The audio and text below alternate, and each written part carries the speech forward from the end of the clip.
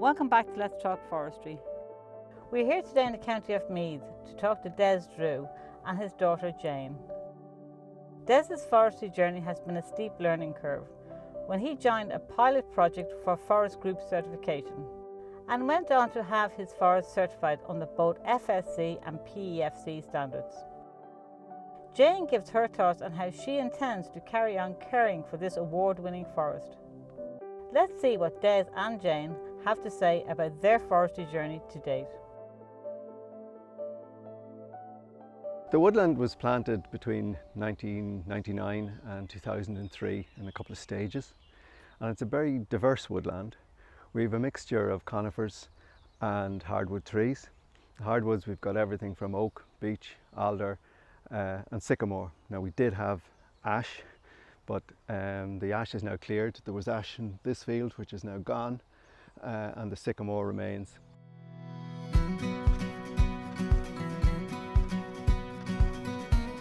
So the mix overall is about 60-40 in favour of hardwoods to softwoods, and we got involved in the management probably about 10 years after it was planted initially.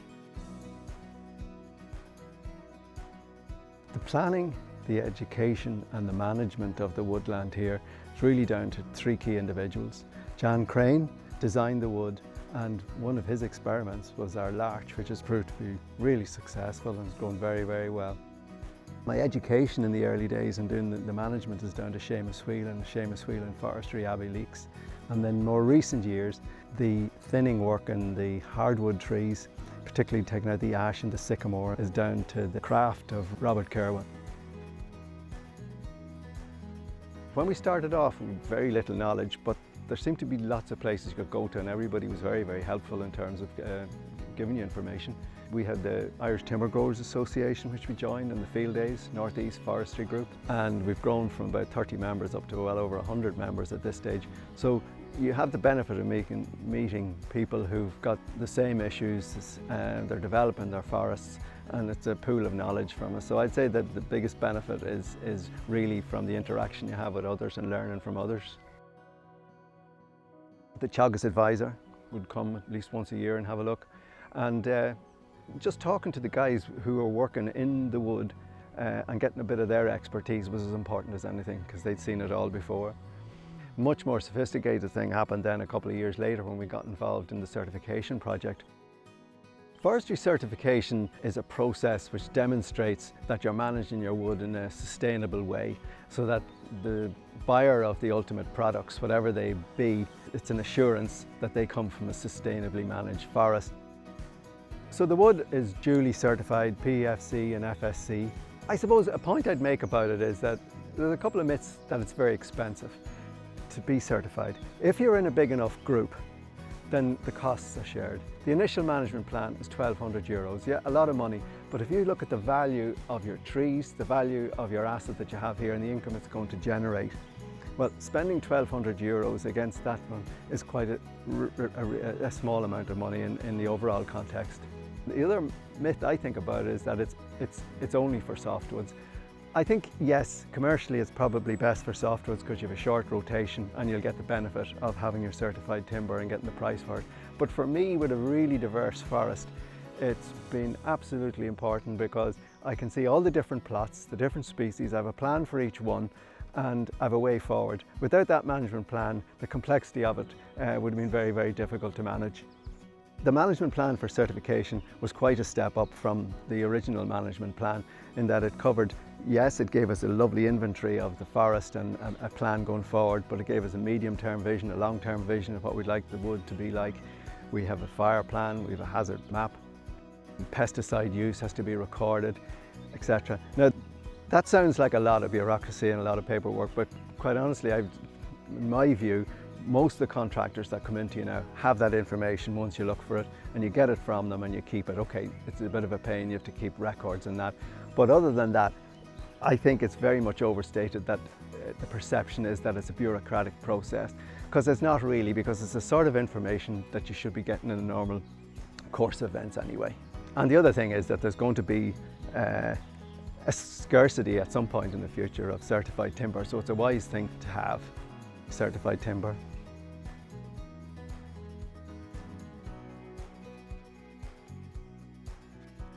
We got a management plan done by Premier Woodlands, which looked at the different species, gave us some information as what management each of the species needed. So for example, we started by putting in inspection paths in the conifer trees, and then to do some light thinning of the hardwood trees.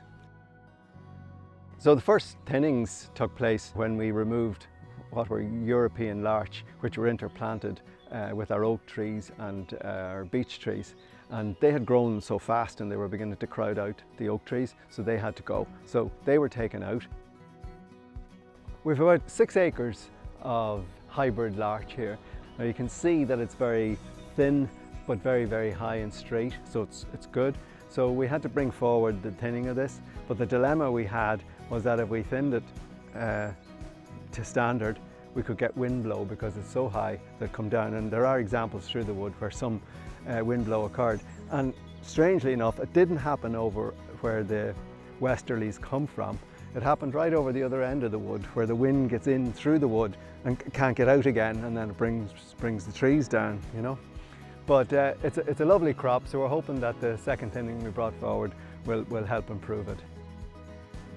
And then the next thinnings really after that was we started to thin the hardwood trees. And you sort of begin to know when the trees need to be thinned because the canopy begins to close in, the forest gets dark. While we had lots of technical information on how the trees were growing and various plots and diameters and tree heights, etc. There's 2 ways really when you're looking at the thinnings. There's your own intuition around and just having experts look at it, and they look at the wood and they say this is a bit dark and the trees are a bit thin or whatever, and that's one way of doing it. The other way of course is you have the tree heights, you have your diameters, you have yield classes, and you have all that technical information. So with all of that information then you come up with your decisions as to when you need to thin. Well, the only problem we really had was that the weather turned against us, and we probably would have thinned the conifer trees in the summertime, but I couldn't get someone in to thin another block of ash I had unless, because it was only 4 acres, unless I offered a bigger piece of work with it. And we were under pressure to get the ash cut and out, so we went ahead and we did the conifers as well. Having said that, it was an efficient process, it was quick. The trees came out, and okay, the ground will need a bit of repair and maintenance now, but so that was one sort of issue.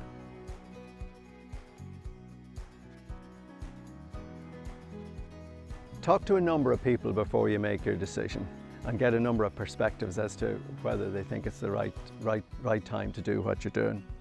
Talk to a number of contractors as well, and get their perspective on it and prices, etc.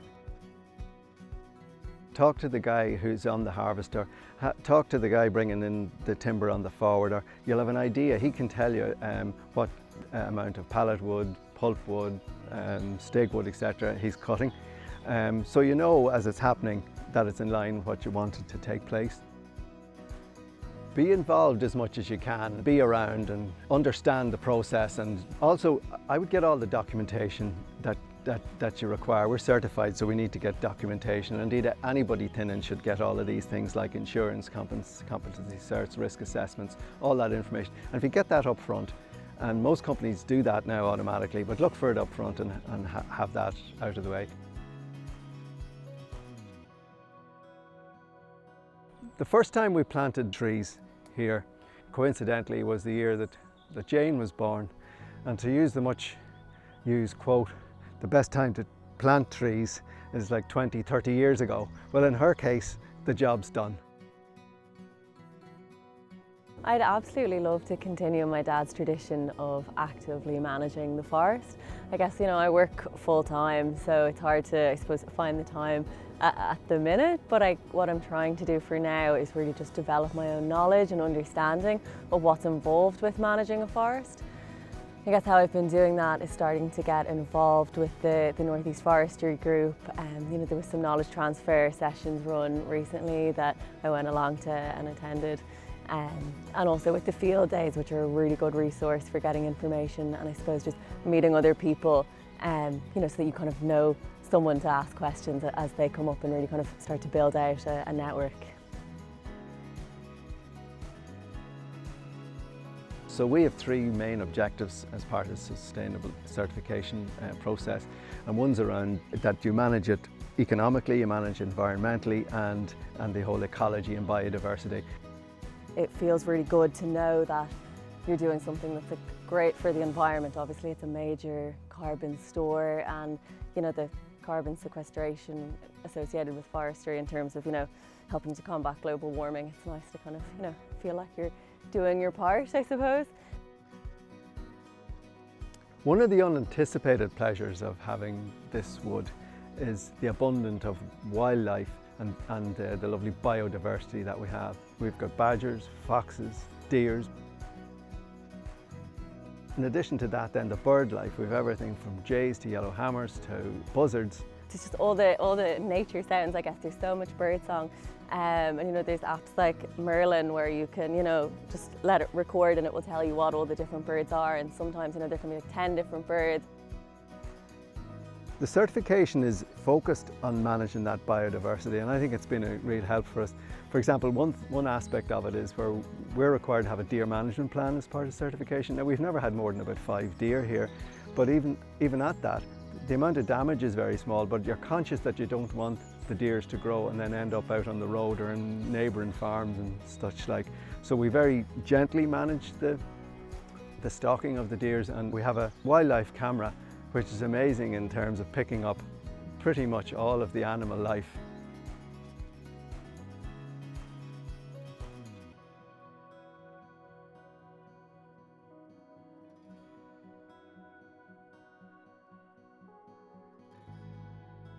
When I think if there's anything I would do differently, my dad, he won the RDS Production Forestry Award in 2023, so there's not much I would do differently. I think he's done an amazing job and he really knows his stuff. So I wouldn't say I'd necessarily do something different. I wouldn't change what he has done. What I would do differently in the future is probably look more at the non-timber aspects of what you can do with the forest. I think as someone who kind of works Monday to Friday in an office, I just love getting down here, and I think there would be really good potential for, like a cabin, pods, that kind of thing, so that more people, I guess, can benefit from spending time in the forest. Looking forward as the wood matures, it's a really nice place to be, and we would like to look at something like cabins, huts, something that could bring more people into the wood in a managed way. So that would be something I'd probably do differently, is look into the non-timber aspects, and mainly around something like the pods and the glamping and that kind of stuff is really interesting to me.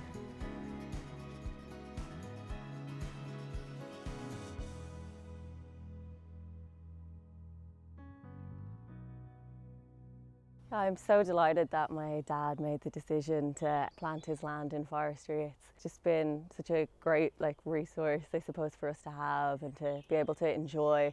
Having the, I suppose, ability to come and spend time in nature and just be outside, appreciate the really diverse woodland and all the biodiversity. It's just amazing, I suppose, for your mental well-being. It's just so calming. So I suppose that's a real benefit for me. I just love getting out to spend time in nature. I find it so calming. Definitely really happy that this is what my dad decided to do with his land. That's all for this month on Let's Talk Forestry. Hope you enjoyed the video. Please join us next month where we'll be interviewing another forest owner. Don't forget to like, comment, share and subscribe to our channel. Thank you to all those who have already subscribed and left their comments to our previous episodes. All comments are read and replied to. We look forward to reading more of your comments. Thank you for now.